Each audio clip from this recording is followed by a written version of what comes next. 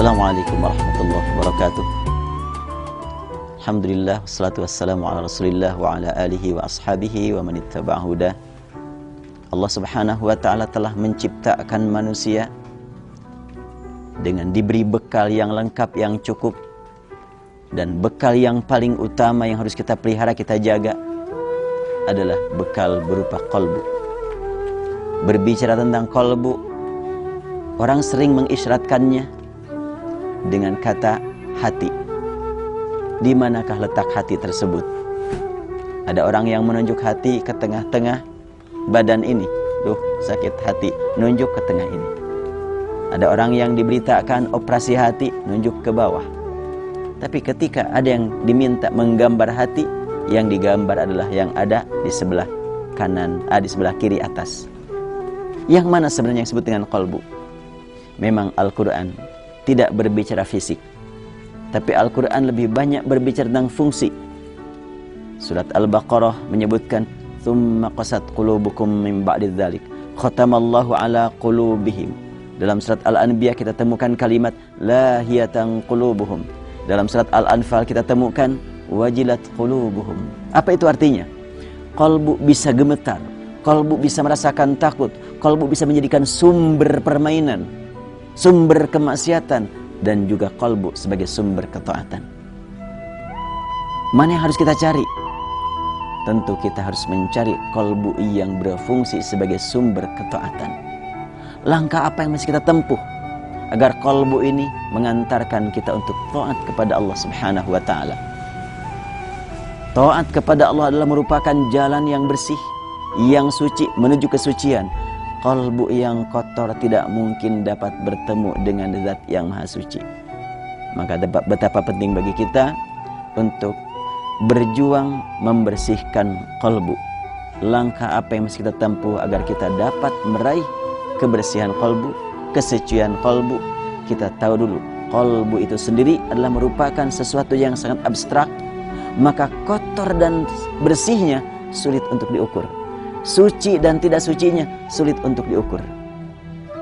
Orang yang senantiasa berjuang ingin mencuci qalbu, tentunya dia akan sadar betul bahwa tidak ada yang menguasai qalbu kita selain Allah Subhanahu wa ta'ala. Karena itu Rasulullah SAW pernah berdoa di hadapan para sahabat yang membuat para sahabat kaget. Apa doa yang membuat para sahabat kaget? Rasul bersabda, ya muqallibal qulub, tsabbit qalbi ala dinik. Wahai zat yang membulak-balikan kalbu, tetapkan kalbuku untuk berada di atas agamamu, di rel yang benar menuju ridhamu. Anas bin Malik, seorang sahabat Rasul yang sangat dekat kepada beliau, mendengar beliau berdoa dengan ungkapan seperti itu, kaget. Ya Rasulullah, kenapa seperti itu engkau berdoa? Kami sudah siap untuk berjuang bersamamu.